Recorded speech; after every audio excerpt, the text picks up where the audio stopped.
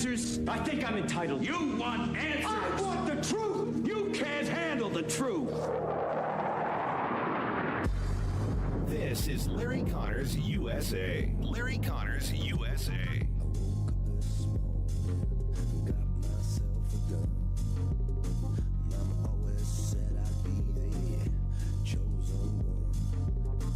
This case languished. It sat there for 4 years collecting dust. No one did anything to solve this. And right when Kash Patel and Dan Bongino came in, Dan said to me, Dan said to all of us, I'm going to solve this case. He put a new team on it, working with Jeanine Pirro, our U.S. attorney, with Todd Blanche, with all of our attorneys at Maine Justice. A new team gathered on this case. Old evidence, new people, great police work. That's all it is. Good old-fashioned police work. And it solved a case that right from where I'm sitting, this bomb was planted at the RNC, a pipe bomb, at the DNC. They were real. Thank goodness they didn't detonate. Both bombs were real. And, Lawrence, something else really special about the investigation, it was kept quiet. The entire investigation did not leak. It was kept quiet because we got someone who is charged with a very, very dangerous crime off the streets, and more to come. Attorney General Pam Bondi on the FBI arresting the J6 bombing suspect, the guy planning 2 bombs, one next to the Republican National Committee headquarters, the other near the Democrat National Committee headquarters, on the eve of January 5 going into January 6. They were discovered the next day, but nothing was really being done. They've been trying to find out what was going on and what was the Biden administration and the Biden FBI doing, trying to find out who this guy was, what his motives were, what was he doing. I think for a while they were very interested in it if they could pin it on MAGA and Trump supporters. If not, that there's no clear connection, walk away from it. And that's what they did.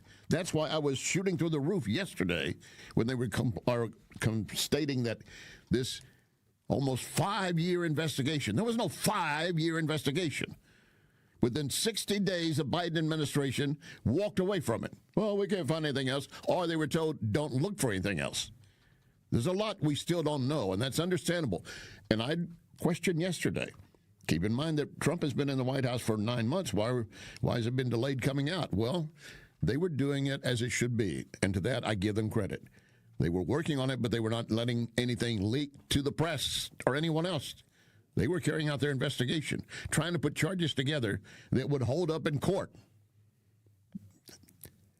If you took my words and my questioning that, are they not doing their job? And I can certainly see where you got that impression. I would say I probably led you to that impression. But my point was, why now instead of earlier? Because they got into the office 9 months ago. Again, they were taking extra steps to be careful and protect the information and no leaks. I praise them for that. That is the way law enforcement should be carried out. We do not need to be told every step of the investigation, nor should we. And we don't want to tip the hand to the suspect on whatever the crime is. Welcome to hour number 1, Larry Connors USA. Here we are, December 5, 2025. And reminding you with Larry Connors USA, you're going to get news, analysis, opinion, and education. You're going to leave this hour with more information than you have right now. I can promise you that. Later in this hour, we'll be setting the record straight on the second strike against that cocaine cargo as the left tries to use it to basically wipe out Pete Hegseth. We're going to look at that closer. That's in our second hour. I should correct that later this hour.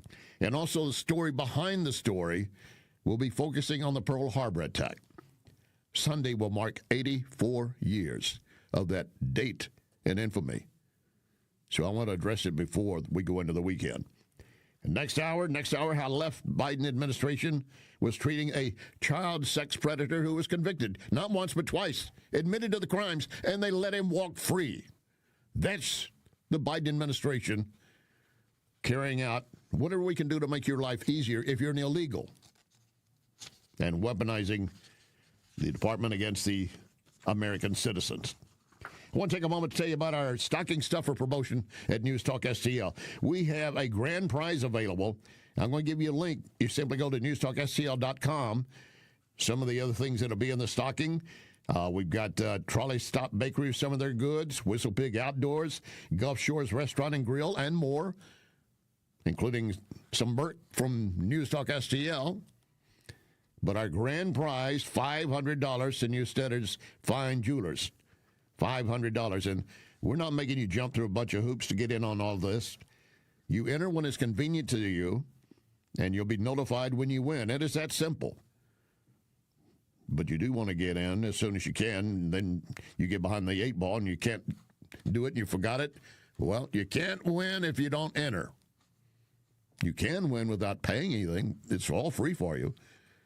So we've laid it out for you, and I suggest you go to our website, newstalkstl.com, or Facebook, and you'll get all details. Reminding you, when we're on the air, we are live streaming video from the program. You can watch the program even as I'm speaking, if it's at the showtime hour from 6 to 8, Monday through Friday. How do you watch it live? Well, you go to News Talk STL, Rumble, Facebook, or Twitter. You can go to Larry Connors USA, Rumble, or Facebook.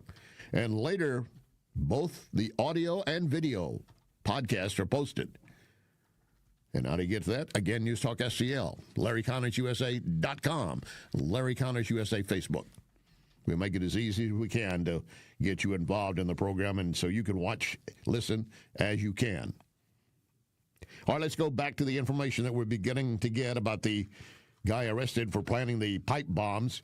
And I want to stress to you, this guy who was arrested, we're still looking for more motive information. 30-year-old Brian Cole Jr. And I said yesterday, looking at the tapes that we were now seeing, I said, I would say it looks like a white man. And I almost started to say maybe Latino. It's a little color in the face, but I'm looking at black and white video, and I did not get the details that I needed. Well, they have identified him as a black man. But I understand Jake Tapper of CNN, he said it was a white man, clearly, just as I did. I don't know that he's gone back and corrected that and said we need to retract it. And what would have happened if he had said it was a black man? Or would Tapper have even bothered mentioning it? I mentioned it because I'm trying to tell you what I think, what I see. But clearly now, a black man. His race had nothing to do with it. But I want to make sure that I put that correction in for you, acknowledging that I did say yesterday it appeared to be a white man, but obviously I was wrong.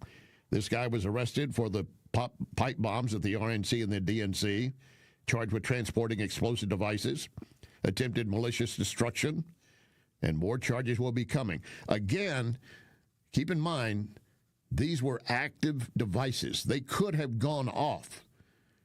They were set with a timer. Don't know exactly why they didn't go off, but they were active. They weren't simply several rolls of toilet paper in a box and a fuse coming out like it looks like a bomb of some type.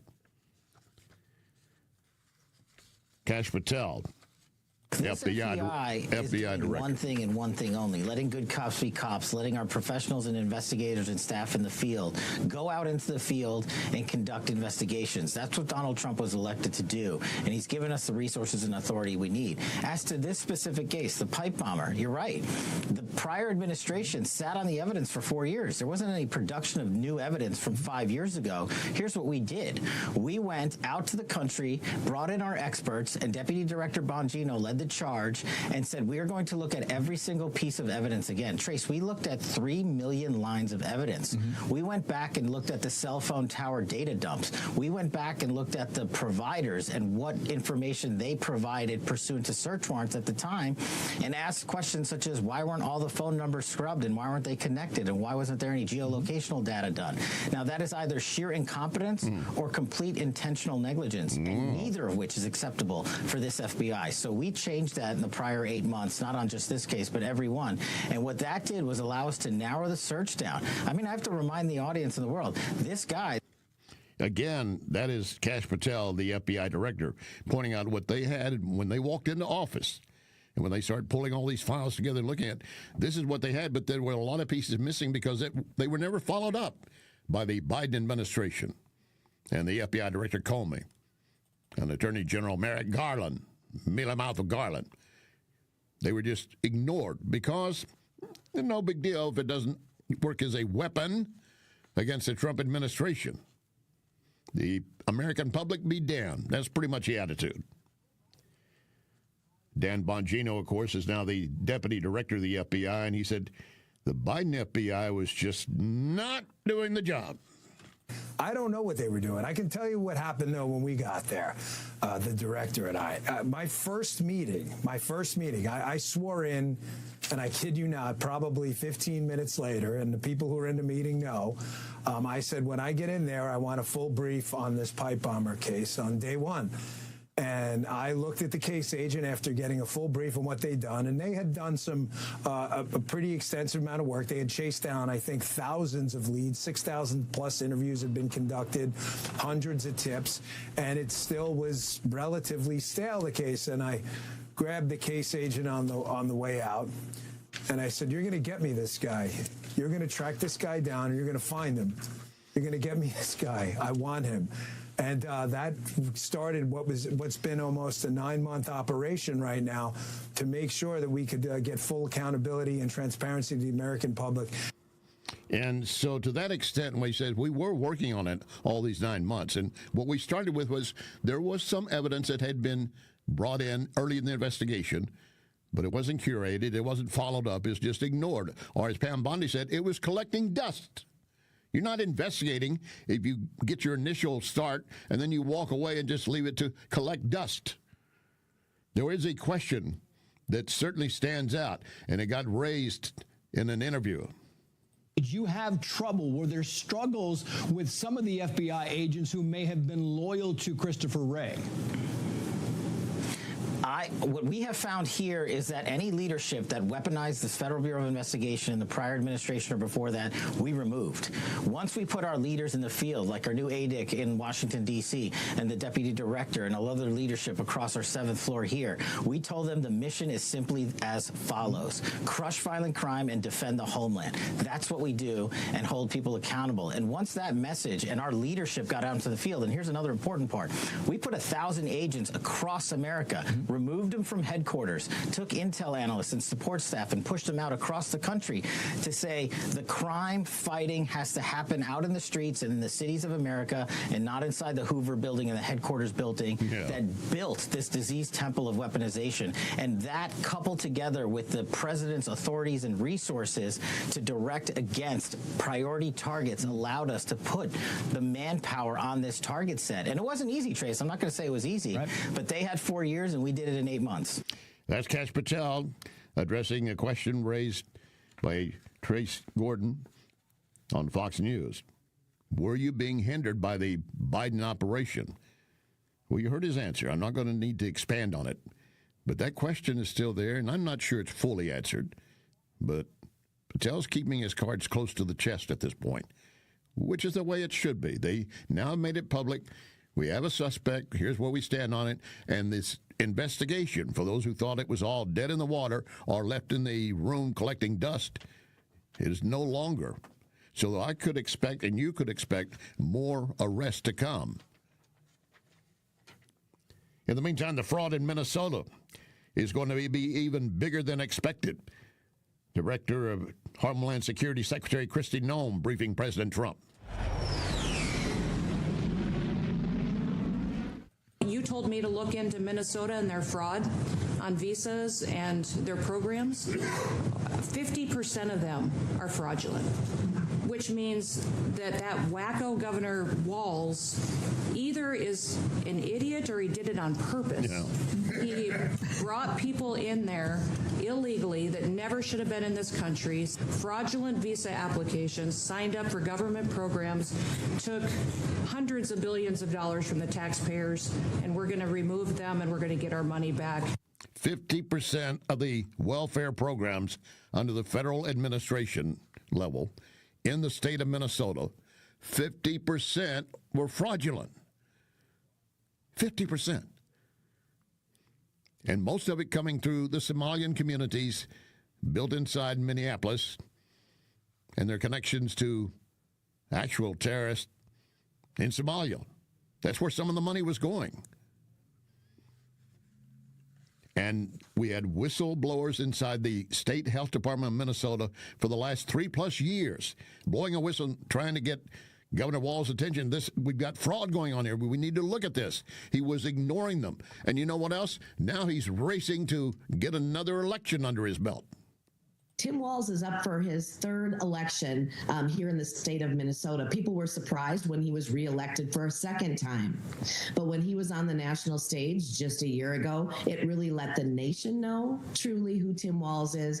Definitely let Minnesotans know his favorability is underwater right now. It's less than 50%. And it's mostly because he has not handled fraud and he's increased our taxes and fees and spent through a record surplus. And you know what? That's a Minnesota state legislator. She's a Republican, yeah. But her points are well made and they're factual.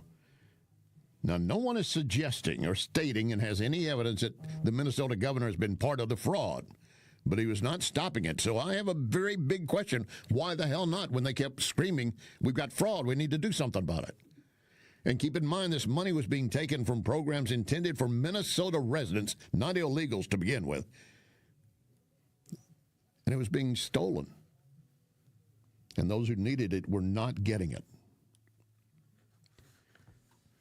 That's happened on numerous occasions inside the Biden administration, where they took money that was intended to get to you and your family and your needs, and they allowed someone or basically gave them the key to open the door to go in and take out what they wanted. And what you were then going to get would be less, because there was not as much available.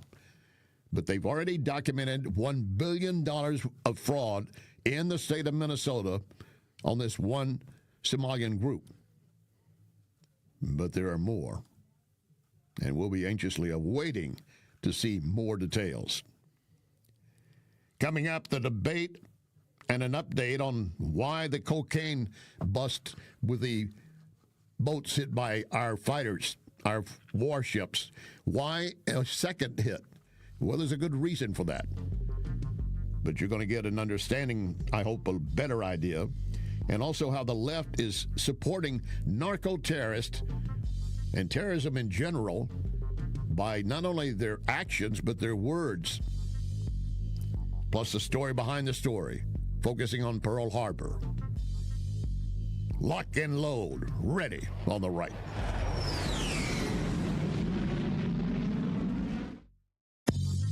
You are listening to Larry Connors, USA.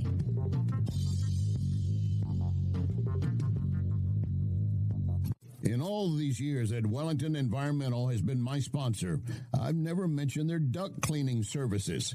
Allergy season is here, and Wellington crews clean air ducts daily in homes and commercial buildings, also cleaning air handling units and diffusers in commercial facilities.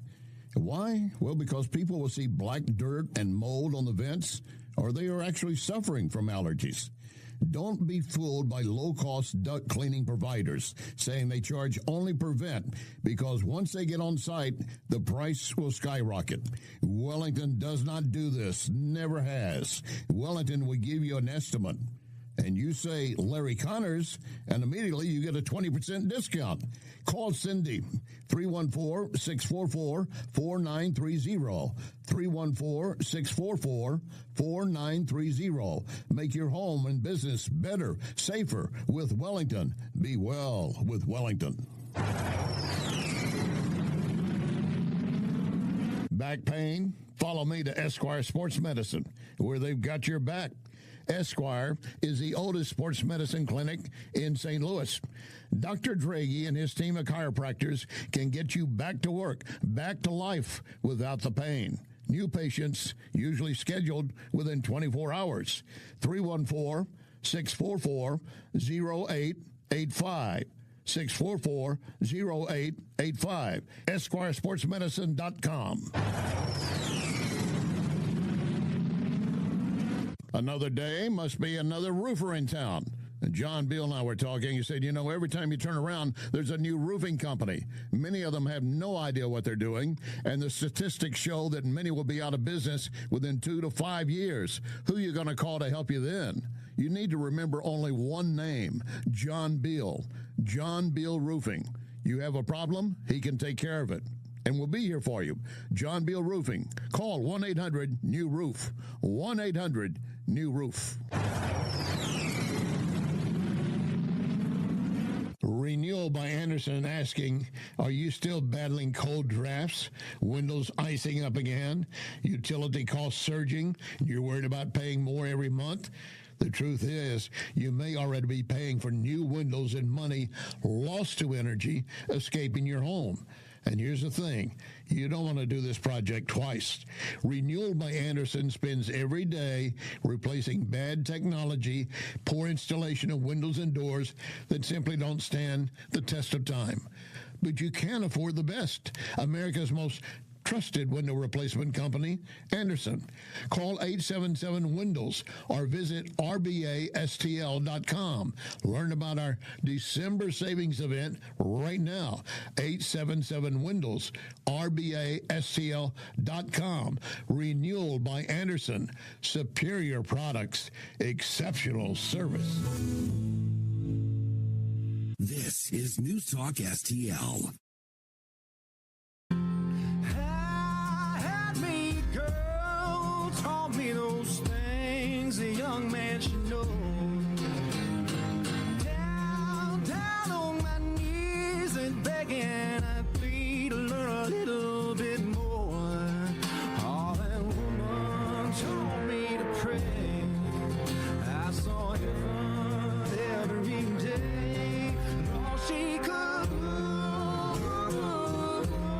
This is Larry Connors USA. Larry Connors USA. And tonight, new information. According to a source familiar with the incident, the 2 survivors climbed back onto the boat after the initial strike. They were believed to be potentially in communication with others and salvaging some of the drugs. Because of that, it was determined they were still in the fight and valid targets. A JAG officer was also giving legal advice. So again, David, that video will be key, and Admiral Bradley will be on the Hill tomorrow behind closed doors. Now, that was in advance of what happened yesterday because Admiral Bradley did appear on Capitol Hill. I'll break it down for you. You were listening to ABC's Martha Raddatz the night before, dealing with this boat footage and the boat being hit a second time under the orders, apparently not of directly Secretary of War Hegseth, but the Admiral himself. No one's saying it's wrong. Oh, I stand corrected. The left is waving a flag to me and saying, it was wrong. They should not have hit them a second time. They had already been hit. The poor people were trying to survive. Well, according to what we heard then, they were in communication with other narco-terrorists. They said, hey, we've been hit. We need to get this cargo off here and come help us maybe. Here's the criteria. I don't care how they want to put a lot of nice-looking things around it to distract you and confuse you. When you have a strike being carried out and you're going after a target, now this applies to the past with Obama and his strikes against citizens suspected of illegals, and not illegals, but in Yemen and Somalia that we believed were involved in terrorist activities. Obama did that routinely with drones. No one questioned why he did it. How many times they hit maybe one target, maybe more than once, maybe? Because if you hit it and you do not knock it out of operation, then you need to go back and hit it again. There's the phrasing double tap, sometimes triple tap. And as I said, if they were in the water, treading water, trying to stay alive after that, and the boat was sinking and going down, then you don't go back in and hit them because you accomplish your basic mission. That was attack the boat, sink it, which they did. And if those were alive, still around the boat, trying to get help and get the cargo off, then they're still active in the mission. White House spokesman Stephen Miller. The mission is take out the boat, stop the drugs, keep this vessel and its cargo from reaching our shore using lethal means. And our amazing military, the heroes of the United States Armed Forces, did exactly that. President Trump, Secretary Hegseth, and this entire government are committed to finally using our military to defend our people, our borders, our family, our culture, our history, our heritage, to defend the United States. We're not going off running around the Middle East trying to build democracies in caves and deserts and in distant sands that have never known democracy. We're using the military to protect American security, American prosperity, American lives right here where we live, where our children live. Now, again, that's Stephen Miller talking about what the mission was. And, of course, we've had the leftist press, the legacy media rushing out to say Trump should not have hit that boat a second time because the Washington Post reporting the initial strike followed by at least one other, and it was targeting survivors who were clinging to the vessel. And both those suspects were killed. You're in narco-terrorism and you're a cocaine supporter, or rather sponsor and underwriter and distributor, you're a target. You should be. But there were even some Republicans who voiced concern about why do we have follow-up strike on that boat? Why couldn't we just let it go with the first hit? And that's why Navy Admiral Frank Bradley was on Capitol Hill yesterday behind closed doors shedding new information on that flashpoint that they're trying to make on the left side. It's not going to work because we're going to make sure you understand why the boat was hit a second time. And in a war situation, this is not a declaration of war. I'm not trying to say it is. But in a military action like that, you don't make one strike and walk away and say, oh, they're still surviving. Okay, well, let's let it go. That is not the mission. But the left is doing everything they can to say Trump is overstepping his bounds. The left did not say one word during the Obama drone strikes that were killing suspected terrorists on land bases and ended up killing an American, apparently linked to the terrorism as well. The left was whisper quiet. But lately we're seeing more and more how the left is helping terrorists and the drug cartels because they're adopting their language aimed at undermining U.S. White House spokesman Stephen Miller again pointing to Lieutenant Governor, Illinois Governor Pritzker.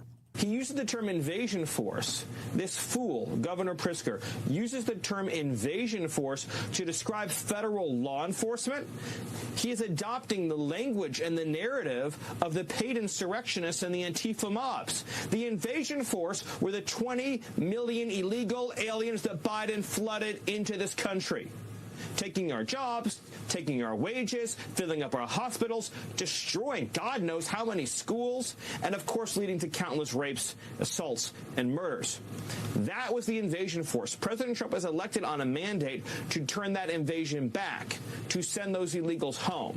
And Governor Pritzker is providing aid and comfort to the riotous mob that is physically assaulting, obstructing, impeding, and attacking ICE officers.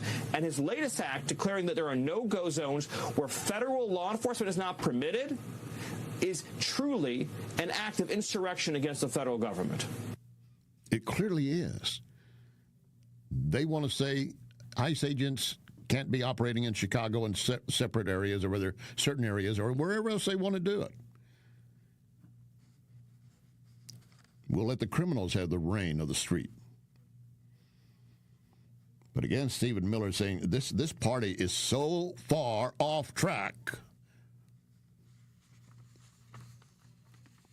This is the first time I can ever think where a major political party has sided with narco-trafficking, murdering, terrorist scum.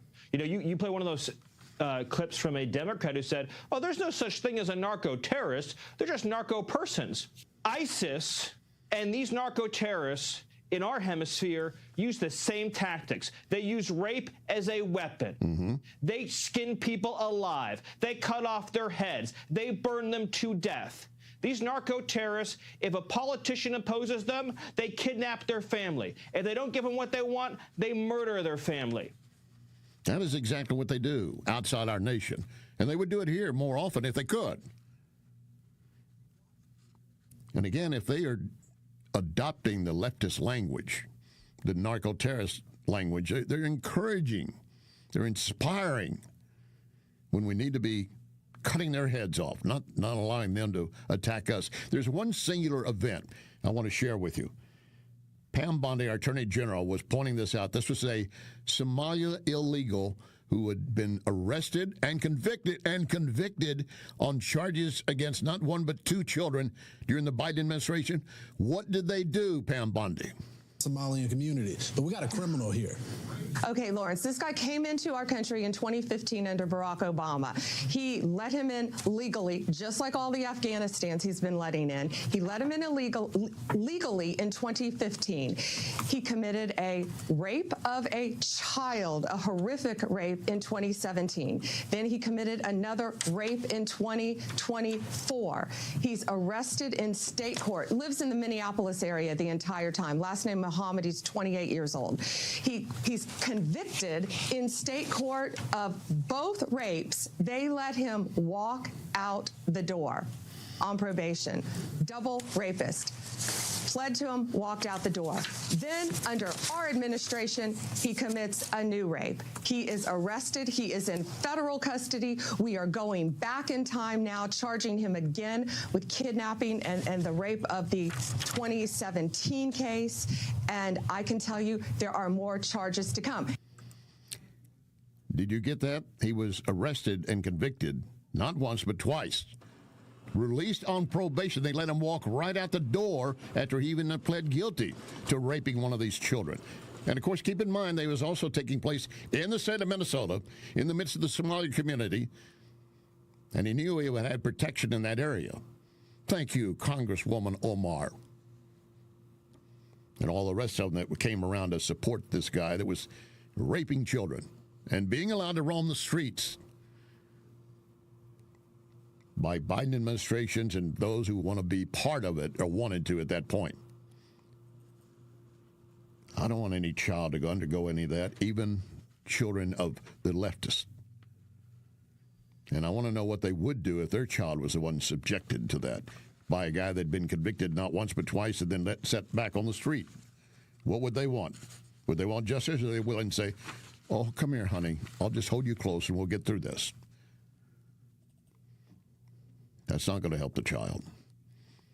And what they're doing right now is not going to help our nation. You know, we started a new feature on this hour of News Talk STL with Larry Connors USA, the story behind the story. I want to focus on Pearl Harbor because the 84th anniversary of the attack is this Sunday. We'll pick up with the story behind the story.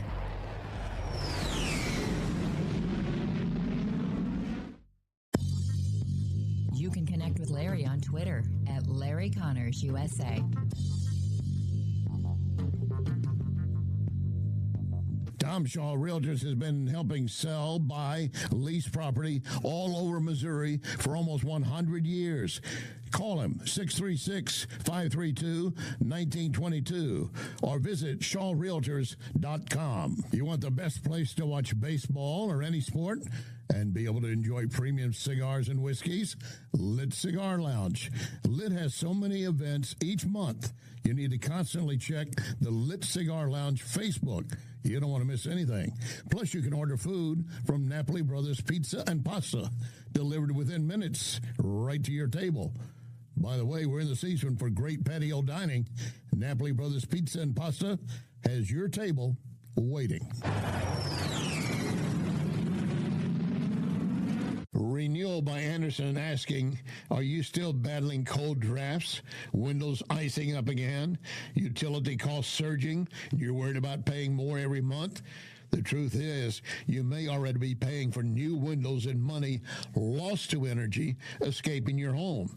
And here's the thing, you don't want to do this project twice. Renewal by Anderson spends every day replacing bad technology, poor installation of windows and doors that simply don't stand the test of time. But you can afford the best, America's most trusted window replacement company, Anderson. Call 877-WINDOWS or visit rbastl.com. Learn about our December savings event right now. 877-WINDOWS, rbastl.com. Renewal by Anderson. Superior products, exceptional service. Back pain? Follow me to Esquire Sports Medicine, where they've got your back. Esquire is the oldest sports medicine clinic in St. Louis.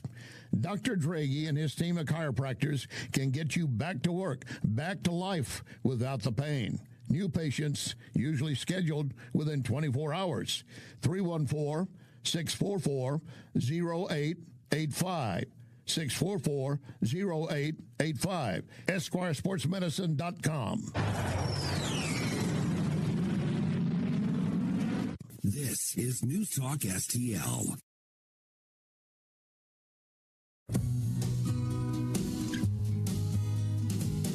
Don't know much about history. Don't know much biology. Don't know much about a science book. Don't know much about the French I took.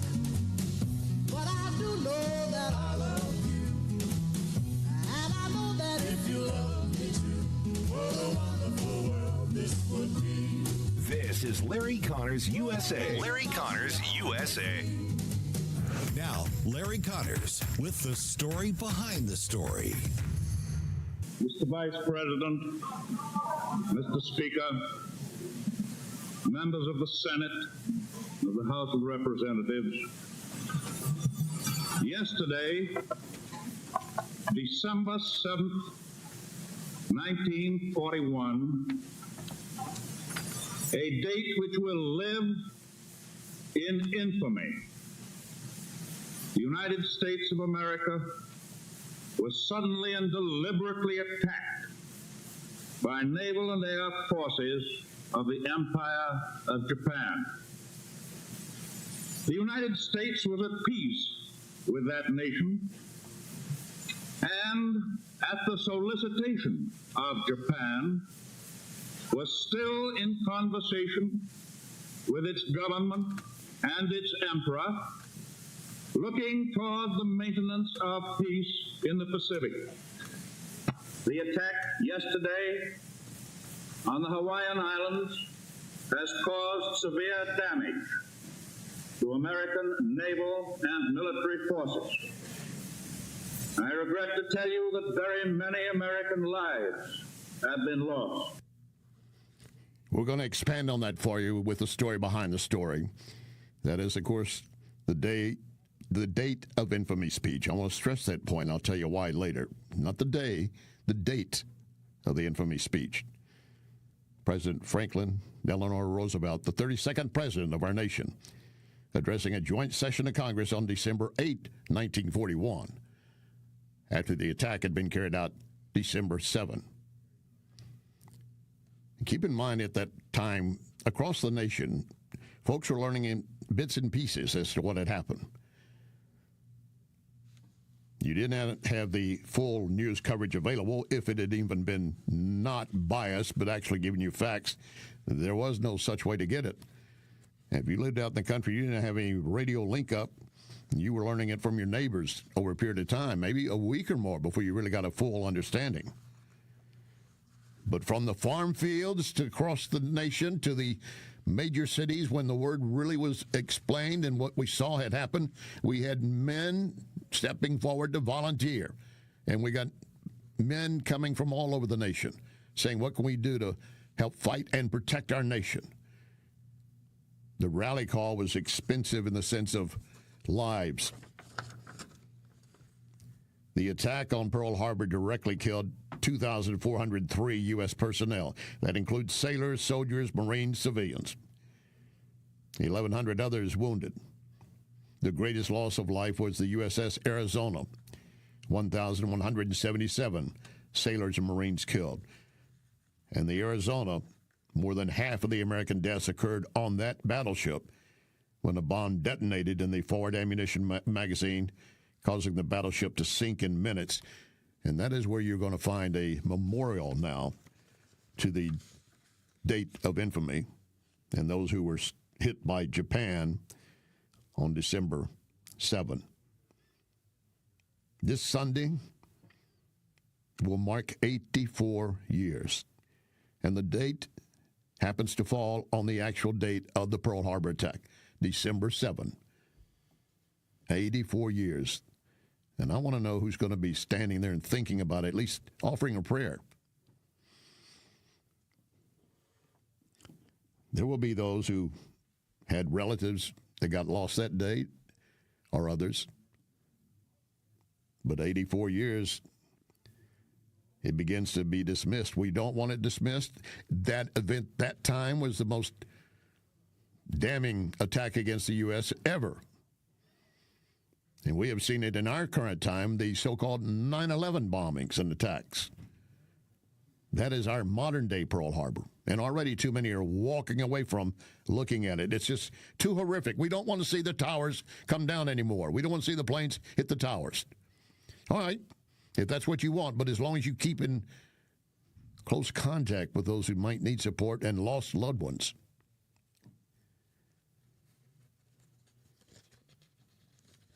When the attack was carried out that day, there were so many things unknown. The main base was attacked by 350 fighters, level and dive bombers, torpedo bombers. 6 waves launched from, rather than 2 waves launched from 6 aircraft carriers. And they hit our ships right in port. They were sitting ducks. Once again, to the speech of President FDR. How long it may take us to overcome this premeditated invasion, the American people in their righteous might will win through to absolute victory.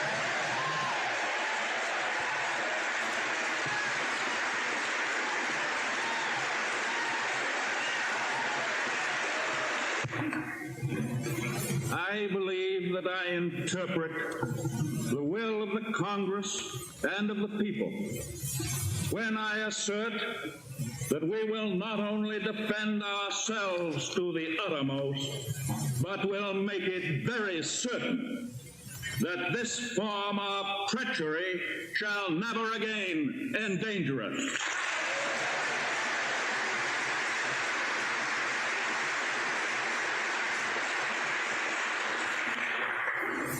Hostilities exist. There is no blinking at the fact that our people, our territory, and our interests are in grave danger. With confidence in our armed forces, with the unbounding determination of our people, we will gain the inevitable triumph, so help us God.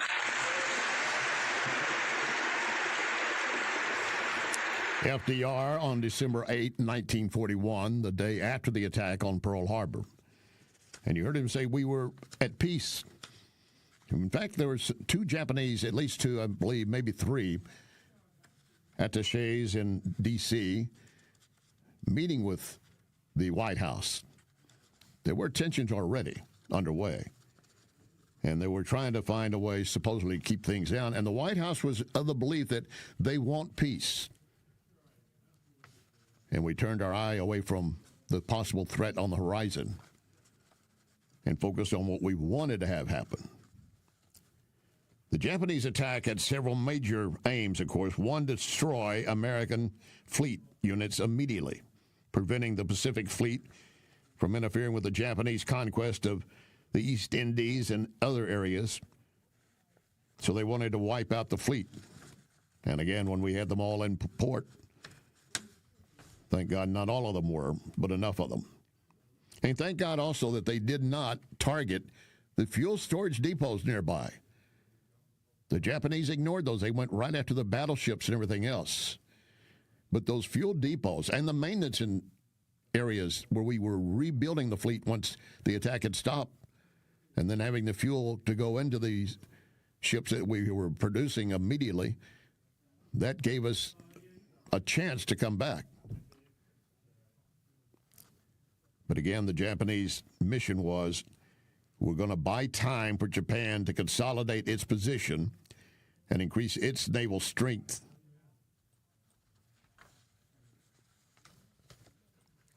And at the same time, they had representatives of Japan in D.C. acting like we're trying to find a way to avoid any conflict as the world is watching what's happening with Hitler.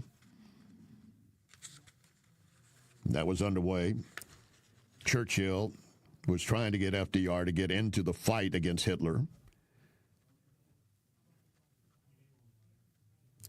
But FDR was hesitant on several levels. But then once this attack happened, I'm not going to say it made Churchill happy, but he knew FDR could not avoid getting into the conflict as Japan and Germany were united against the rest of the world.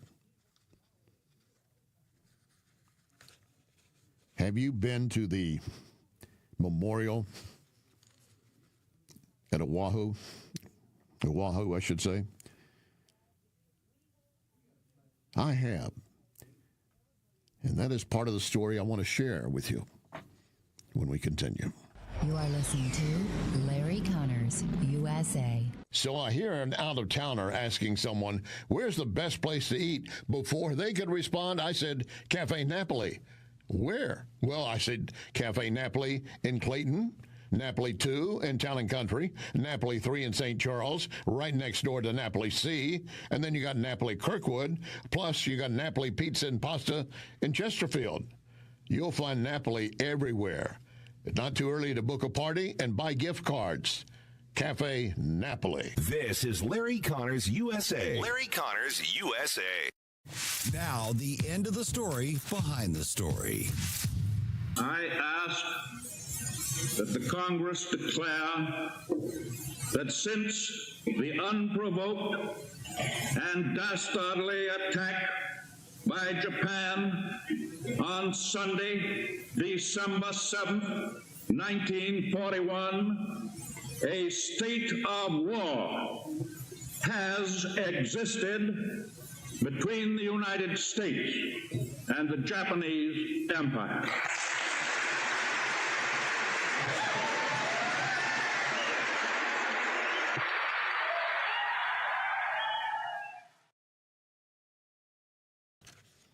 A state of war. We were fully into it. Again, that is FDR's date of infamy speech. The reason I stress the word date versus day, because that's exactly what he said in his address. It's a date of infamy, not just the day, December 7, 1941. So I'd asked the question earlier, if you've ever had a chance to visit the Pearl Harbor Memorial on Oahu. Some years ago I did, and I would tell you it was a very sobering event because you're standing basically on a platform that's been built over the wreckage of the sunken USS Arizona, and bodies are still inside, and oil is seeping still to this day, 84 years later, from the Arizona. Since 1980, the National Park Service has handled anywhere from 4,000 to 8,000 visitors a day. And when I was there, I'm going to be very candid here. I turned around and I looked and I saw several Japanese tourists. That was maybe 30 years ago that I was there, maybe less. And the reason I say I was a little surprised, and I wasn't angry or anything, but I was just interested in their view of wanting to come see what took place as a part of history. They said nothing, did nothing to call out and cheer the death of our Americans in the USS Arizona or elsewhere. They were very respectable and paying their respects, I'm sure, at the same time, not only for American dead, but Japanese who died in the attack.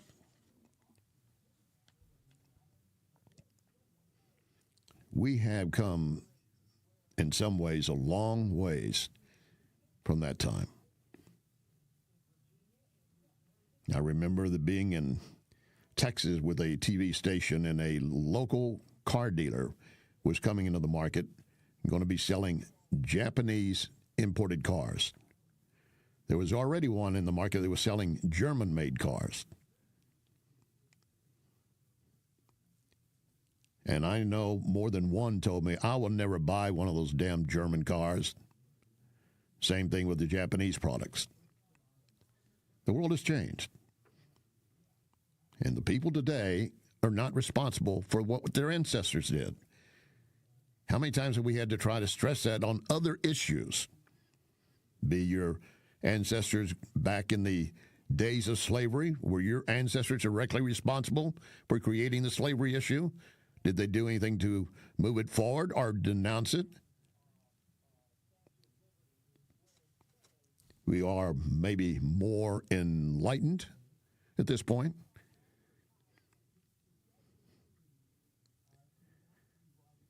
I would strongly encourage you, if you ever have a chance to visit Hawaii, you make sure you get to see the USS Arizona Memorial. If you look at a visual from above the Memorial Bridge, it's set up, because you have to board a ferry to get out to it. But if you look at an aerial, you see the dark and deadly shadow of the USS Arizona under the Memorial Bridge. As I said, even to this date, oil and other fuels are leaking from the Arizona. Monday's story behind the story, we will be focusing on the Channel 5 meteorologist Bob Richards, who took his plane and crashed it dead into the asphalt at Spirit Airport. I have some background information that many of you do not know, and also how that reporting by me was received by others. Remember our pledge, one nation under God. You can hear podcasts of this program at Larry Connors USA Facebook. Larry Connors USA Facebook. John Beal Roofing reminds you we are in the stormy season, and that means if you have even the smallest leak in your roof, you could soon have a much bigger issue. Call the John Beal to make sure that your biggest investment is protected. That call can save you major dollars. If you do get hit during a storm, John Beal has a rapid response team. Call 1-800-NEW-ROOF. 1-800-NEW-ROOF. 1-800-NEW-ROOF, John Beal. You and I might have something in common, back pain. I can tell you where I go for help, Esquire Sports Medicine, the spine of St. Louis. They can put athletes back on the field so they can clearly help us. Esquire Sports Medicine, hands-on chiropractic help on Big Bend, just north of Highway 40. 314-644-0885. EsquireSportsMedicine.com. EsquireSportsMedicine.com. Great patio season to enjoy any of the Cafe Napoli locations. How about the Napoli Brothers Pizza and Pasta in Chesterfield? Enjoying coal-fired pizza, nothing else like it. Napoli Brothers Pizza and Pasta in Chesterfield. A few doors down, Lit Cigar Lounge, where you can enjoy premium cigars and whiskeys. Check the Lit Cigar Lounge Facebook for details, plus gift cards for friends. I'll see you at Lit Cigar Lounge in Chesterfield. It's that time of season when families, businesses are moving. For local or long distance, I endorse McGuire Moving. Get a date set soon before the schedules are booked.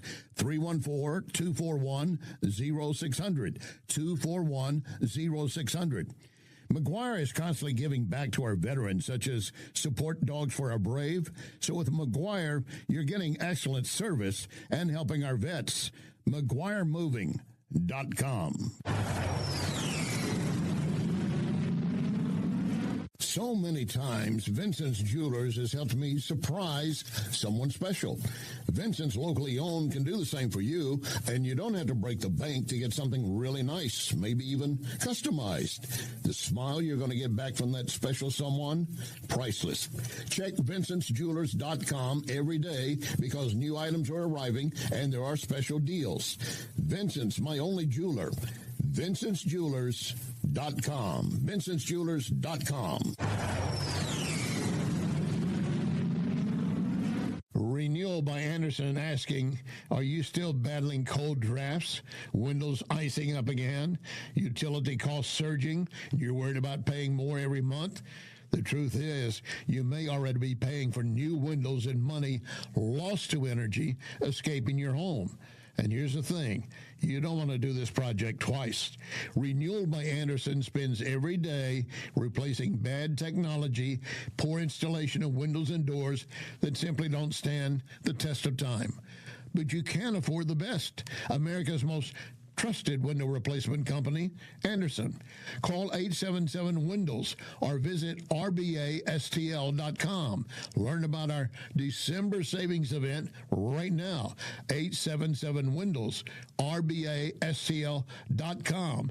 Renewal by Anderson. Superior products, exceptional service. This is News Talk STL.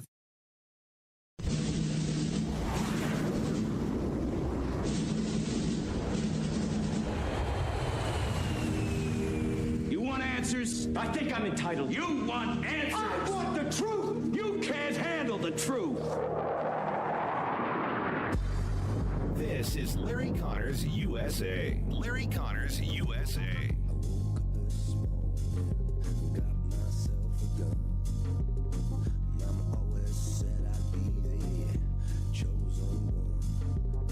Good morning. The U.S. Attorney for D.C., Jeanine Pirro, described the search for the suspect as finding a needle in a haystack. But after years of looking, they believe the man that allegedly left the pipe bombs outside of the RNC and DNC on January 5th, 2021 is 30-year-old Brian Cole Jr. He is now facing 2 federal charges.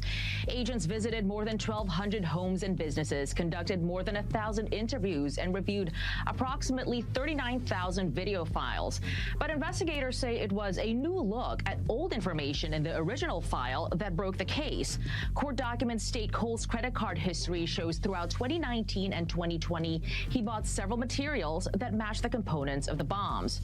These include galvanized pipes and end caps, battery connectors, kitchen timers, and electrical wire. Cell phone records were also crucial. Cell phone pings indicate Cole's phone was allegedly in the area of the RNC and DNC the night of the crime. U.S. officials say this is only the beginning of the investigation. There are still search warrants being carried out. Authorities were spotted outside of Cole's home in Woodbridge, Virginia on Thursday. Investigators believe Cole acted alone. We have not yet learned of a motive, and he could face more charges. Yeah, no doubt more charges. And all the information in that report is dealing with what the FBI under Kash Patel has released. But it also alludes and points to the fact of how much of it was already in the hands of the Biden FBI, and nothing was being done about it. They were ignoring it, walking away from it. 60 days after they began the investigation, they basically put it in a room, closed the door. Now, I raised the question yesterday when this story first broke. Well, why is it taking 9 months for the Trump administration to get their hands on this and break it open? Well, it turns out they were doing so from day one when they went into the White House. But it took time, and they were going through all these details and facts that were there in a room, but no one is following them up. So I can't fault the FBI under the Trump administration and Kash Patel for taking this long, because as you heard, they had a lot to cover. They did not have all the thing they needed. What they did realize that a lot of the stuff that was available just was not followed up in the first 60 days of the investigation, such as a cell phone geolocation data and tracking once they had a suspect in mind, looking back through records. They had that opportunity, but they didn't do it. The suspect, Brian Cole Jr., a black man, and I point that out because the videotape that was released yesterday, I said by looking at it, it looks to be a white man. And I came close to saying maybe a light-skin-colored Latino. It was hard to tell. Well, once more pictures became available, now it's obvious it is a black man. Race had nothing to do with it. What was the motive? Well, that brings us to the point of today and some of the information that has been released that might shock you, or maybe not. Welcome to Larry Connors USA, hour number 2. If you missed our first hour, we spent the story of the story time today focusing on Pearl Harbor. Keep in mind, Sunday will mark 84 years to the date, December 7, 1941.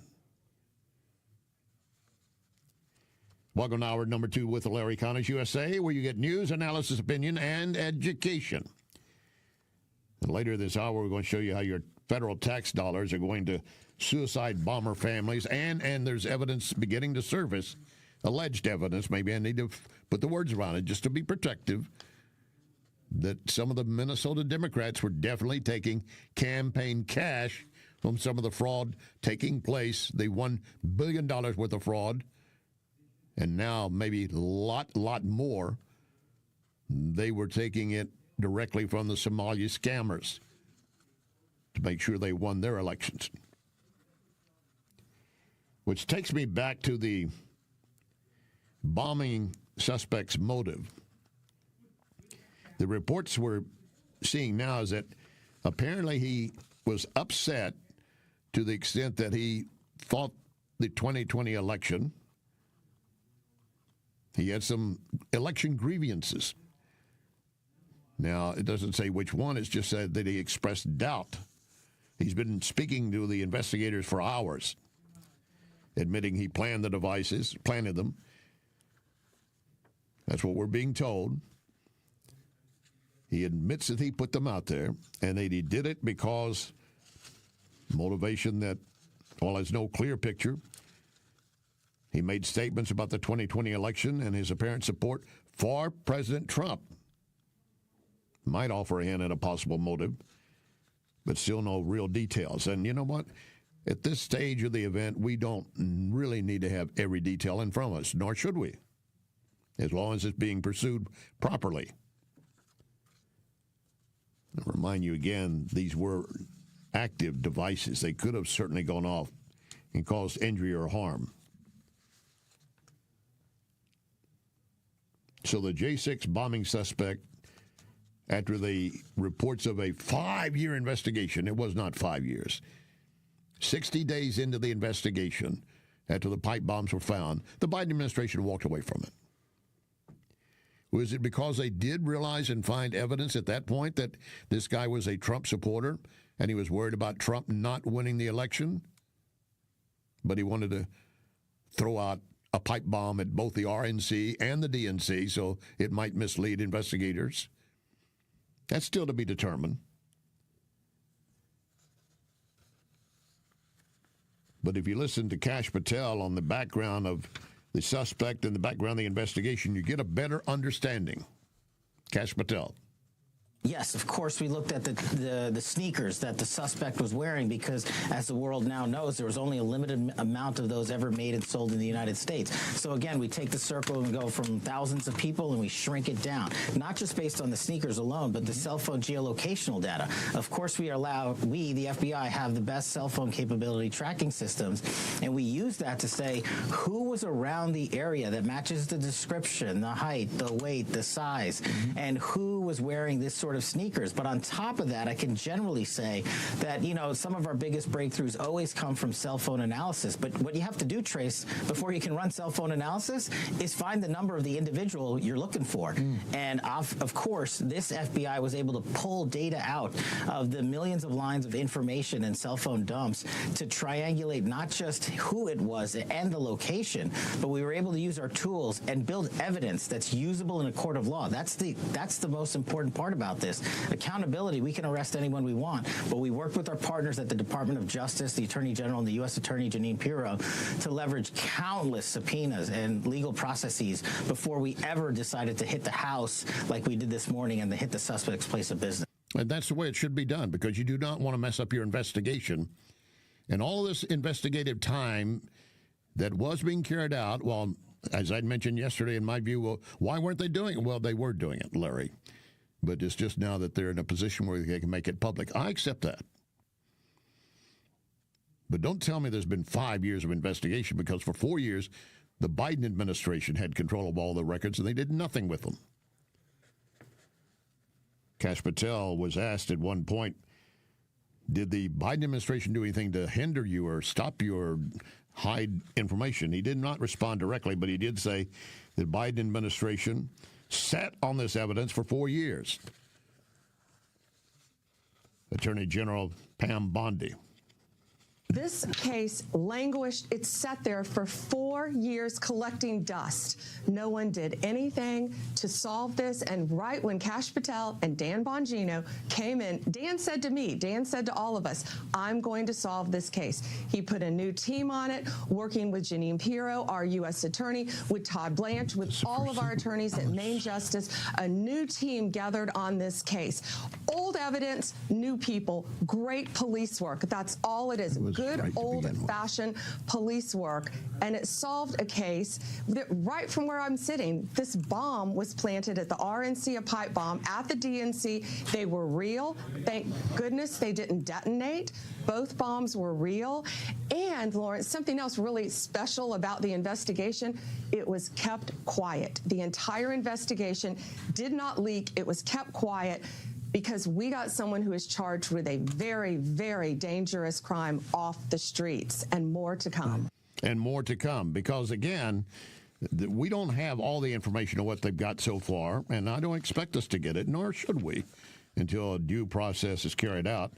But the reports are that the investigation now has millions of pieces of data. It was like finding a needle in a haystack. There were 233,000 black-end caps of the type that were used that the FBI had to go through the sale of every one, trying to find the commonality with an individual. The purchase of the pipe, the cap ends, the wires, the steel, the 9-volt batteries, all those had to be mined and remined, and so they could figure out, how do we get this pulled together? But Cole's arrest under the Biden administration could have happened, because all the stuff that they have now, there is nothing new, really. It's just going back and looking at the evidence you have, and did we follow up on this? No, we did not. After 60 days, the Biden FBI walked away from the investigation, and I'm going to give you a reason, possibly in a moment. But even as they were supposedly looking at this from the beginning and having these files already in their hands, the FBI was not doing its job. The FBI deputy director responds to a question.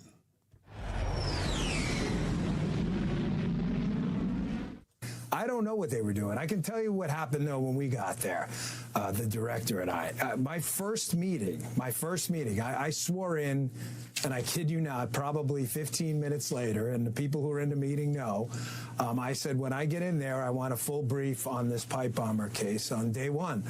And I looked at the case agent after getting a full brief on what they'd done, and they had done some a pretty extensive amount of work. They had chased down, I think, thousands of leads, 6,000 plus interviews had been conducted, hundreds of tips, and it still was relatively stale, the case. And I grabbed the case agent on the way out, and I said, "You're going to get me this guy.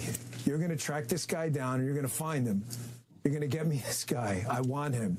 And that started what's been almost a 9-month operation right now to make sure that we could get full accountability and transparency to the American public. And more is to come. But again, it took the 9 months, starting with what was already in the file cabinets, and then following up possible leads off of anything that was in that file.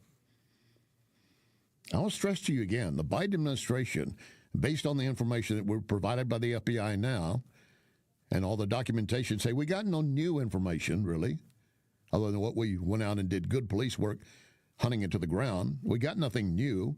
We had no eyewitness come forward. We had nothing new. We went back to what we had already and then started going back through it again and saying, what did they do or what did they not do? And again, the question is, what was the motive behind it? I told you, you might be a little surprised by what I'm going to tell you. According to the releases coming out of the FBI, or at least through news sources, this 30-year-old Brian Cole Jr. admitted to planning the devices. Well, I have to say this, the videotape they're now releasing for everyone to see, pretty hard to say you didn't plan it. You got it in your backpack, you put it under the bench where you're sitting, you moved to the other location and do the same thing. It's all on videotape, which is the other thing. This videotape was available. They could have put that across during the Biden administration, and they could have done it in the beginning of the Trump administration. But I think maybe once they got in there and began to see it, say, I don't think we need to go to this step. And that is put the video up for the American public to see. Maybe they would pick up something. In particular, those Air Nike Max shoes that he had in their very select number being sold in the nation. All those were clues. But the motive. Apparently, Brian Cole Jr. had some doubts about the 2020 election outcome, as did many on the left and the right, as to what was going to happen. But based on the information they've been releasing, his statements about the 2020 election and his apparent support for President Donald Trump might offer a hint of a possible motive for allegedly planting the pipe bombs. Now, again, he was, based on that information, a Trump supporter, and he had doubts that Trump was going to win as he should. He had reason to be in doubt.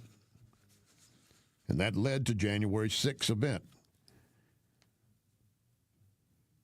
And questioning about how the election might have been rigged. He had doubts, but he was looking at not from the leftist viewpoint, a Joe Biden viewpoint, but from President Trump and the Trump supporters. If this election is not real, what's going to happen next? And we're still in the midst of that, trying to work our way through it, are we not? We have to keep our eye to the ground now on what else begins to come out. There's nothing in the guy's history that they release right now that shows any desire to be involved in anything violent anyway. Now, he does very little, if any, social media.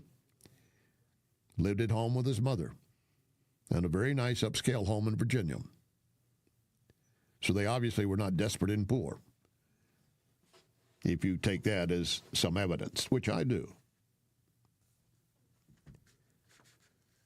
So we'll continue to stay on top of that story for you as we move forward. I do want to take a moment to remind you that at NewsTalkSTL, we have a big stocking stuffer promotion for you, a way for you to get a gift for you to give to someone else or just for yourself. How do you get some of the gifts, including maybe a chance at our grand prize? Well, you go to NewsTalkSTL.com and you find a place where you can register. Simple as that. Then you don't have to stay on top of it. You enter when it's convenient. You'll be notified if you're one of the winners. It's that simple. But we have gift cards from Havana 1961 Restaurant, Whistle Pig Outdoors, Gulf Shores Restaurant and Grill, Small Cakes Cuppery, I should say Cupcakery, and the major gift grand prize, $500 to Newstetter's Fine Jewelers.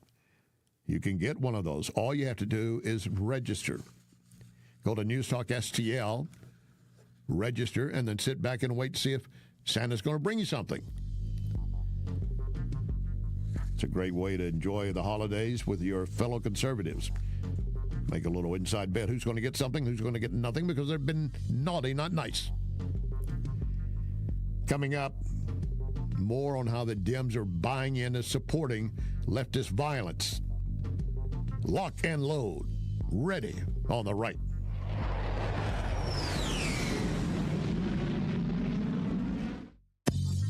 You are listening to Larry Connors, USA.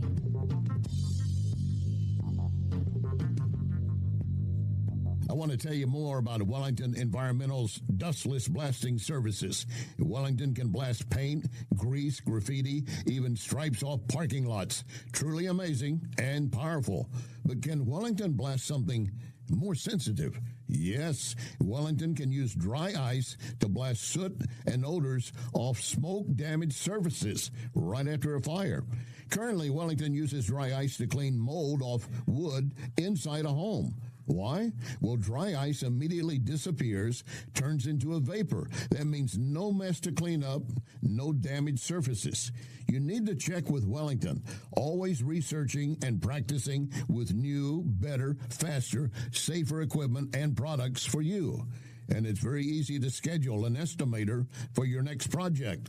Call Cindy, 314-644-4930, 644-4930. Be well with Wellington. McGuire Moving is silver certified, which means they are great at relocating senior citizens. In fact, McGuire is a household name because McGuire understands the stress involved when moving older adults. So if you or family members need help moving, I highly recommend McGuire Moving. 314-241-0600. 241-0600. Get a free in-home estimate. McGuireMoving.com. So many times, Vincent's Jewelers has helped me surprise someone special. Vincent's, locally owned, can do the same for you, and you don't have to break the bank to get something really nice, maybe even customized. The smile you're going to get back from that special someone, priceless. Check Vincent'sJewelers.com every day because new items are arriving and there are special deals. Vincent's, my only jeweler. Vincent'sJewelers.com. Vincent'sJewelers.com. Back pain? Follow me to Esquire Sports Medicine, where they've got your back. Esquire is the oldest sports medicine clinic in St. Louis. Dr. Draghi and his team of chiropractors can get you back to work, back to life without the pain. New patients usually scheduled within 24 hours. 314-644-0885. 644-0885. EsquireSportsMedicine.com. This is News Talk STL.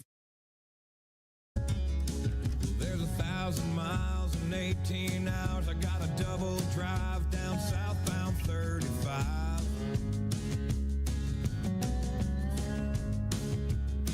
I got the hammer down, Detroit made 525, pushing my ass right down that line. And that smell of burning diesel fuel just tells me that I'm back out on. This is Larry Connors USA. Larry Connors USA. Unfortunately, some states and school districts are failing to uphold the protections for parents contained in these laws. For example, Defending Education maintains a database that shows that as of earlier this year, 1,215 school districts educating more than 12 million students maintain policies of allowing or requiring school personnel to hide basic information from parents. There's 1,000 miles and 18 hours. I got a double drive down southbound 35.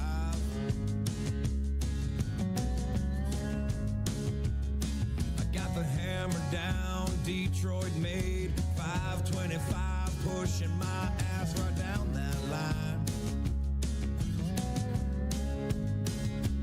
And that smell of burning diesel fuel just tells me that I'm back out on. This is Larry Connors USA. Larry Connors USA. Mr. Vice President, Mr. Speaker, members of the Senate, of the House of Representatives, yesterday, December 7th, 1941, a date which will live in infamy, The United States.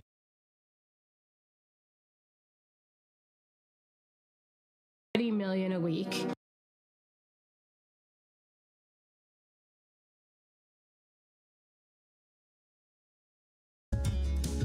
There's 1,000 miles in 18 hours. I got a double drive down southbound 35.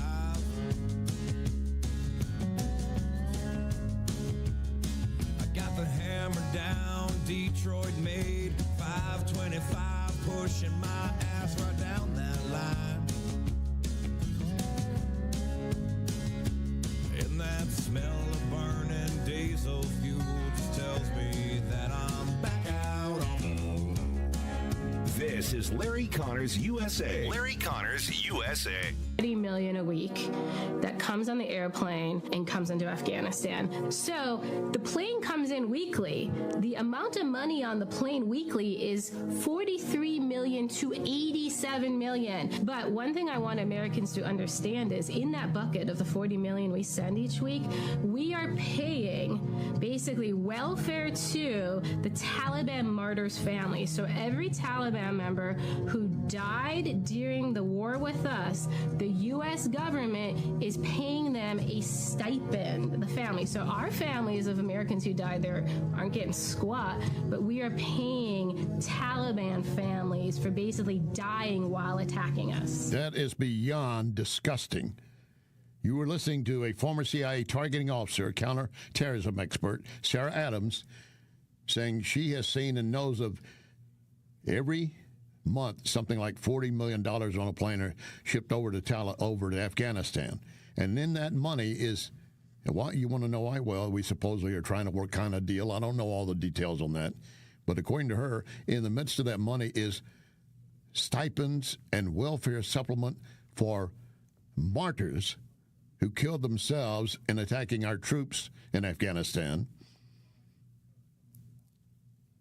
The families, they're supposedly already being paid by the Taliban itself because they supposedly made it clear that if they have a son or daughter who's willing to strap on a bomb and go after the U.S. troops or any American target, we will look at them as a martyr and we will take care of the family the rest of their lives.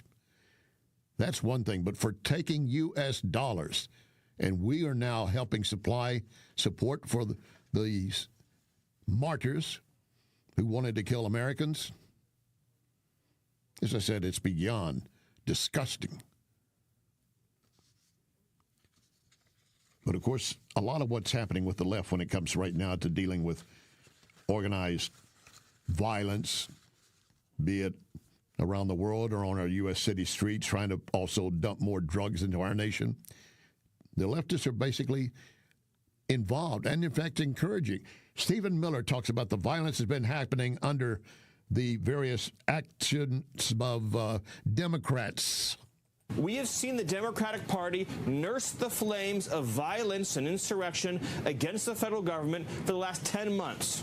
When you see this continuous campaign of violence against ICE officers and Border Patrol agents, when you see Democrat sanctuary politicians and Democrat sanctuary governors side with the rioters, side with the assaulters over federal law enforcement, and that spills even into juries and grand juries, when you see Democrat jurors engage in nullification to let off violent attackers who are engaging in physical violence, physical assault against federal officers.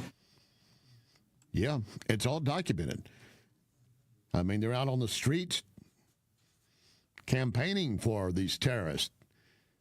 That's part of the act of the assault against the Trump administration for trying to destroy cocaine coming into our nation. They want to go out there and say, oh, you should not have tried to kill them. Really. They want to dump poison into your children's blood. And you don't want to do something about it? The left simply wants to take an attitude that we might need this kind of activity to get what we want.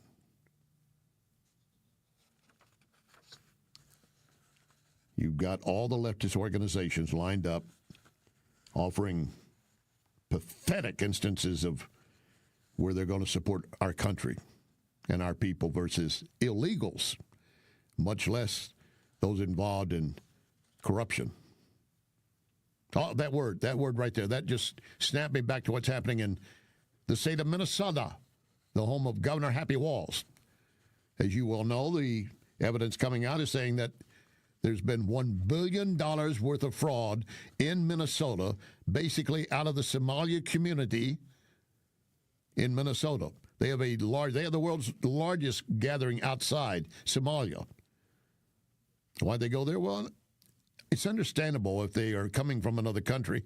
They want to be in the midst of some they know in their language and helps them get embraced inside the new country. But are they then going to be part of assimilating for our nation or creating chaos? Many of them in that Minnesota area had probably nothing to do, and I'm talking about Somalians, had nothing to do with the welfare fraud that's been conducted. But obviously some did.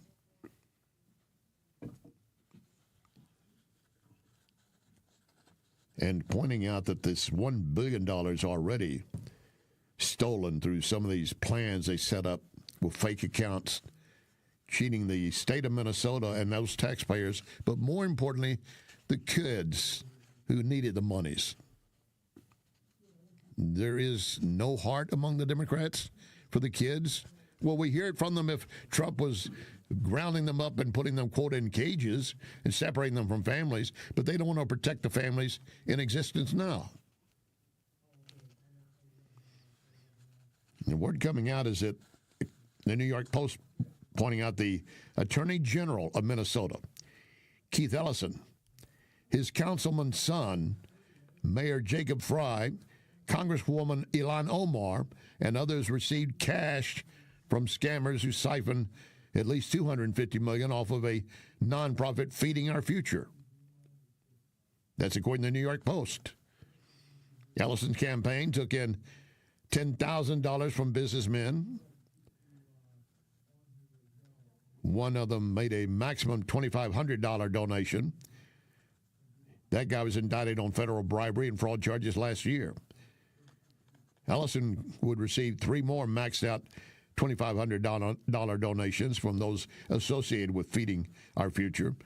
So there's still going to be more investigation of that. You got to look at a $3,000 gift to a Ellison city councilman who served as a son, or son serving as a councilman, and Democrat Mayor Jacob Fry getting another $9,000. A Democrat Minnesota state senator taking in $11,000. And Minnesota's U.S. House Congresswoman Ilhan Omar introduced the bill, which made much of this welfare scam possible. Now, can you say that she took direct cash or payouts? Well, that's yet to be determined. But here's what happens. Rats will turn on rats. You keep narrowing the space they have. You keep taking away what food they can reach. They'll turn to cannibalism. They'll turn on each other. And many of these from Somalia probably don't have high ethical standards anyway, so they're definitely going to be looking for a way to improve their lot and get out of a prison term. So this is all just beginning. But there's enough information out there now to say $1 billion stolen. And one of the investigators estimating 50% of all the grant programs and other assistance provided in the state of Minnesota involved fraud. 50%. And it's bad enough that that money went up in smoke, but it didn't get to the people that needed it. And the people that needed it are not getting what they need, obviously. This is where I would expect the Somalia residents that have been free and clear of all this, for them to speak out in their communities in Minnesota and declare that we've been hijacked. We're not part of this. We want help and support for our people.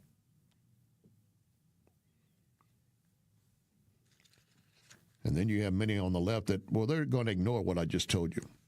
They're going to ignore all of it. And they'll continue supporting these politicians, knowing that they've already been wrapped up in some of the investigations.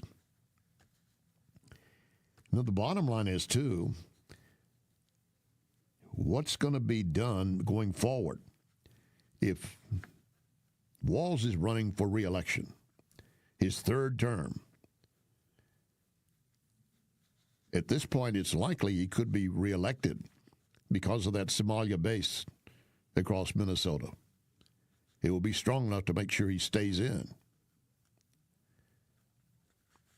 With those Somalia residents, even behind closed doors, if they have a right to vote, and I'm not saying that if they're illegal here, they do, but if they are truly voting, would they vote to protect themselves and their family, or would they just go along with the scam, waiting for the crumbs to fall from the table?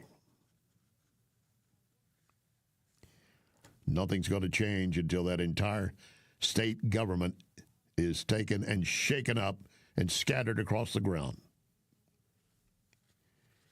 Keep in mind, at least 500 State Department health officials were repeatedly calling out whistleblowing for Mike Walz to recognize there's fraud going on here.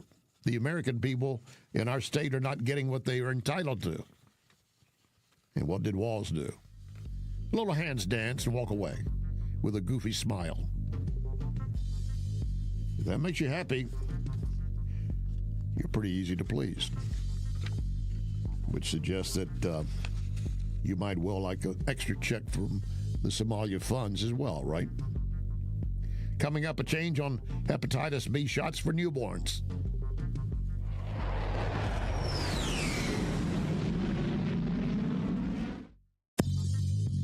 You can connect with Larry on Twitter at Larry Connors USA.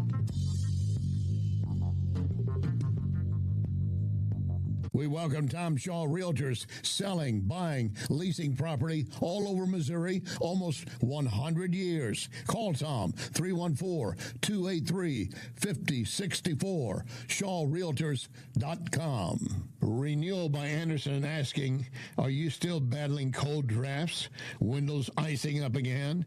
Utility costs surging? You're worried about paying more every month? The truth is, you may already be paying for new windows and money lost to energy escaping your home. And here's the thing, you don't want to do this project twice. Renewal by Anderson spends every day replacing bad technology, poor installation of windows and doors that simply don't stand the test of time. But you can afford the best. America's most trusted window replacement company, Anderson. Call 877-WINDOWS or visit rbastl.com. Learn about our December savings event right now. 877-WINDOWS, rbastl.com. Renewal by Anderson. Superior products, exceptional service.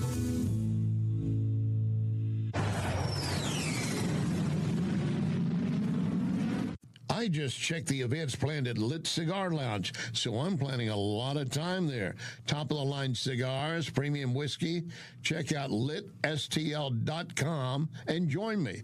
Hey, and if we get hungry, Napoli Brothers Pizza and Pasta, just a few doors down. We can order from the menu, be at our table within minutes. Napoli Brothers Pizza and Pasta in Chesterfield Valley and Lit Cigar Lounge, litstl.com. This is News Talk STL.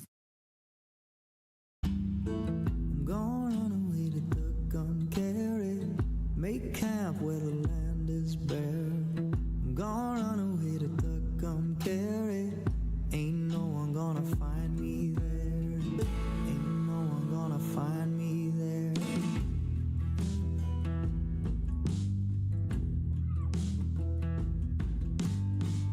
Found trouble in the town I come from, left 6 months ago or so. I had to run from the man I wronged there. This is Larry Connors USA. Larry Connors USA. Unfortunately, some states and school districts are failing to uphold the protections for parents contained in these laws.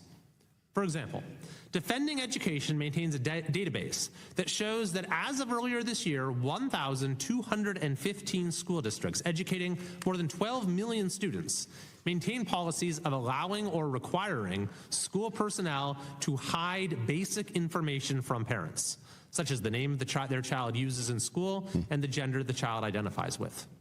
In some cases, districts are even creating dummy files on students for the specific purpose of deceiving parents on these matters. Fraud. Obvious fraud against the parents and harming the children. That is a California Congressman, Kevin Kiley. He is a Republican. He was part of the Protect Our Kids Act, got it past the House. Strong bipartisan support. A lot of it involved money and the educational initiatives, not dealing with those who are focusing on influence, shaping curriculum, swaying young minds, but actually what are we doing to help our children? Congressman Kiley, Protect Our Kids Act, he said, this sends a clear message America will not allow foreign adversaries, that would be specifically China, to shape the minds of our students. The Protect Our Kids Act ensures our tax dollars support genuine education and the agendas of those who oppose our values and freedoms. The bill needs to pass the Senate before it becomes law. It does deal specifically with Chinese Communist Party foreign-backed programs, inflaming curriculum or propaganda in our schools, which is a start. But as you were hearing him say, there's evidence that school districts on their own are deciding, we'll just cover it up. We'll just put it in a separate file. They'll probably have a double-blind test hidden somewhere. But they know the answers, and they know which child is related to that specific question. They're weaponizing the kids against their parents, and they see nothing wrong with it. Well, I hope that he gets all that we need going forward, and that we keep a close eye on how the Protect Our Children Act moves forward through the Senate. Again, it came out of the House, bipartisan support. It's a good start, but it's not done yet until it is signed off by President Trump. There's talk and movement inside the CDC rolling back a decades-long recommendation that all newborns get a first dose of the hepatitis B vaccine within 24 hours of birth.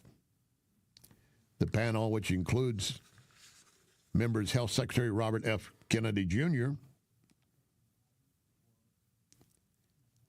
were replaced by a group of those mainly skeptical of vaccines, recommending women who test negative for hepatitis B can decide in consultation with their health provider whether their baby should get Hep B vaccines.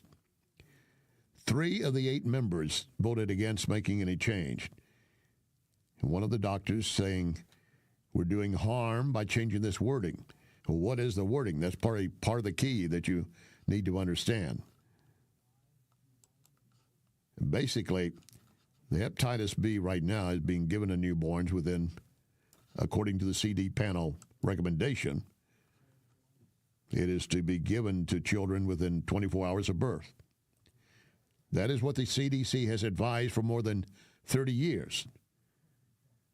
The panel, again, in an 8-2 decision, decided to recommend individual decision, and many medical experts and organizations, including the American Academy of Pediatrics, are opposing the change, saying it will leave young children at a risk of infection. And again, all the members were appointed by Health and Human Services Secretary R.F. Kennedy Jr. But some of them, I don't know if they're really going to want to serve the people and the children. Now,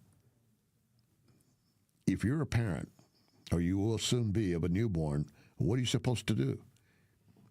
Obviously, consult your doctor, not some guy on the radio, even if it is Larry Connors. You want to be in contact with your doctor for the welfare of your child. Some are saying the vaccine will still be needed. Maybe. And others are saying, are we really doing this of helping the kids or not? Hep B is an incurable viral infection. It does lead to liver disease, cancer, and early death. It's been universally recommended for newborns in the U.S. since 1991. And over time, Hep B infections among infants and children dropping 99%. If that sounds good. But are the vaccines causing additional harm to the children?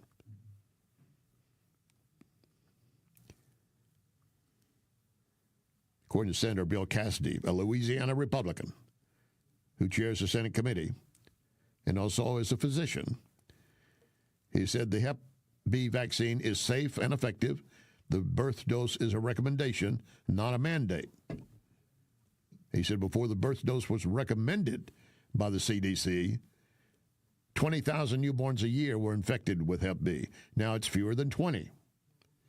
Ending the recommendation for newborns makes it more likely the number of those cases will increase again and more kids will get sick.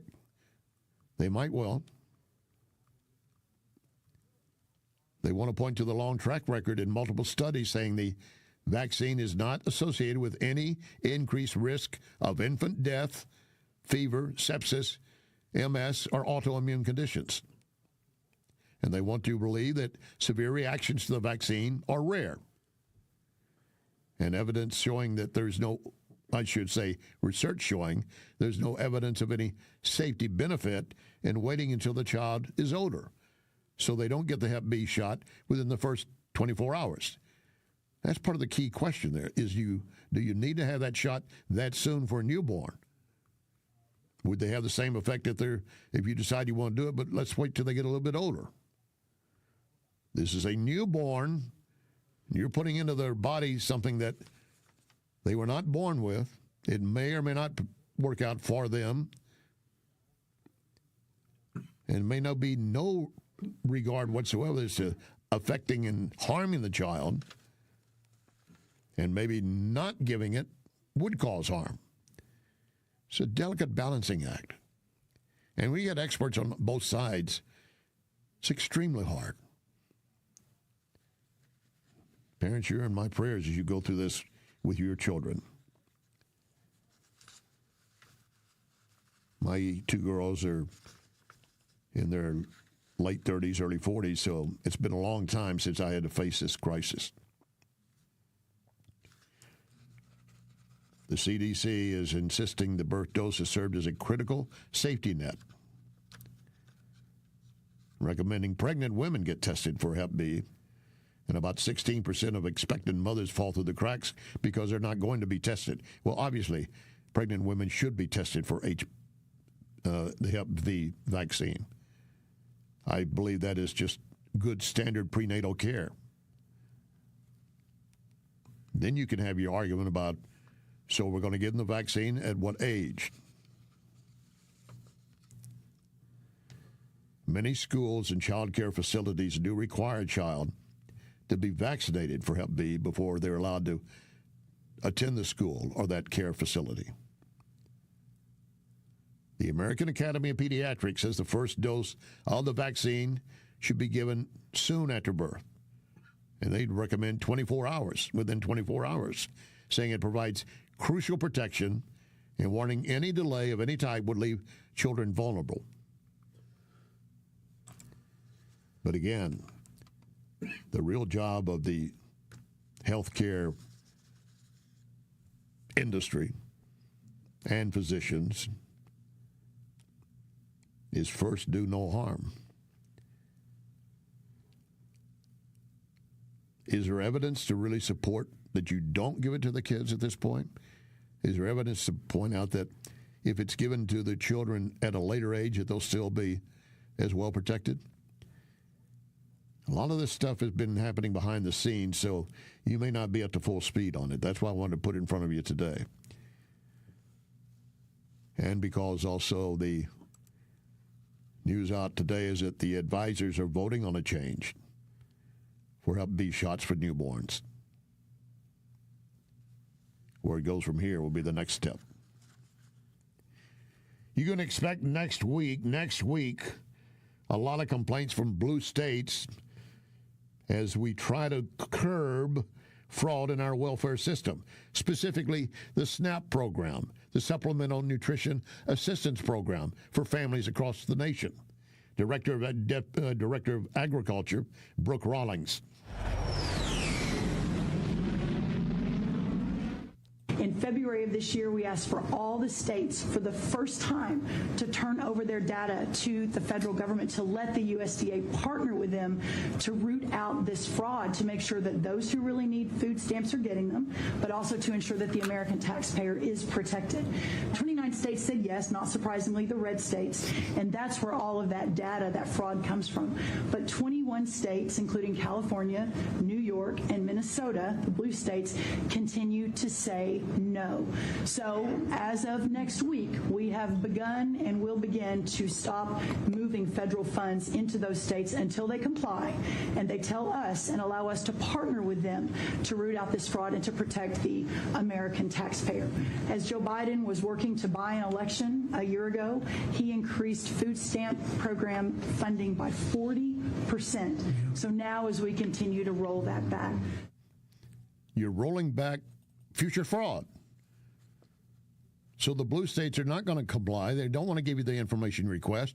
So now under the Trump administration, if you're not going to give us what we need to know about your state and your program, then we'll just cut you off until you bring everything and all the receipts to the door, as it should be. I would venture to say, and I could put real money on this, and if I could find some sucker, I could make some real money. The state of Minnesota will be among the blue states that we're not going to participate and give you what you want. But if you cut off our SNAP program benefits, you'll be starving children. Do you want that on your conscience? No, I don't.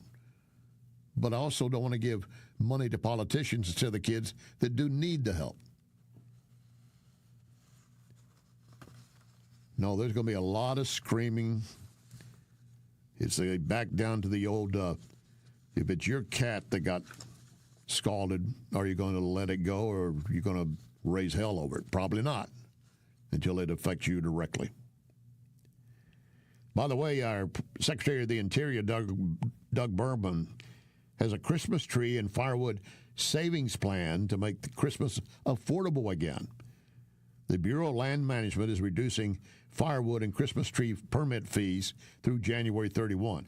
Part of it includes a $1 one tree initiative that would reduce Christmas tree permit fees by 100%. They would take that money and use it again for future trees. Right now, the standard 6 to 8 foot Christmas tree, live Christmas tree, something like $80 to $90. The average cost for a cord of wood is something around $300. And this policy could help save American families, it's estimated, at least $400 during the holiday season if they're buying a real tree and if they're trying to buy a cord of wood for their fireplace. The department's also opening up new cutting areas in overstocked woodlands. Locations near communities, military bases, tribal areas, rural communities, they would benefit most from the additional access to cutting these trees. It would increase household limits up to 10 cords of firewood and 3 trees if available. Again, the department believes the plan will provide a meaningful cost savings for you. There was a study by the House Committee on Natural Resources published about 2-3 months ago, and it noted that about 120 million acres of federal land use are at very high risk of wildfire. And a lot of that has been in areas that you have overstocked forest and you have undergrowth that's not been cleared. And in your dry season, suddenly you get a spark into some of that brush. There go your wildfires. And everything around them begins to go up in smoke. And in California, it's been a very evident issue, and it actually hit a lot of the wealthy. They lost their homes in Malibu and elsewhere. You think now they recognize why you need to have good forestry as opposed to, oh, save that tree, without recognizing, how about saving us? Well, it will play out, hopefully for the better for Americans, not for the politicians, the Americans. As always, a thank you for listening. Reminding you to go to NewsTalkSTL and get registered for our stocking stuffer program. And remember, one nation under God.